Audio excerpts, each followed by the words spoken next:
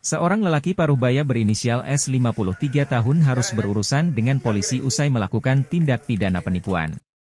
Berdasarkan informasi yang diterima Fajar Co. ID, S melakukan penipuan terhadap pekerja tambang berinisial AW, 35, di Kalimantan.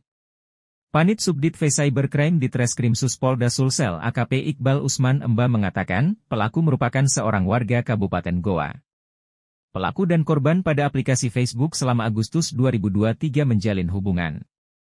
Setelah menjalani hubungan, keduanya bersepakat untuk melanjutkan ke jenjang lebih serius. Pelaku yang mengaku sebagai santriwati salah satu pondok pesantren ternama di Makassar itu kemudian meminta sejumlah uang kepada korban. Saat ini pelaku dan barang bukti telah diamankan di Mapolda Sulsel untuk proses penyidikan lebih lanjut. Nikah, di mana?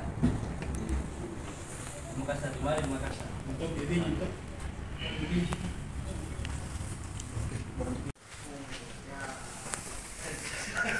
Jalan, jalan gede.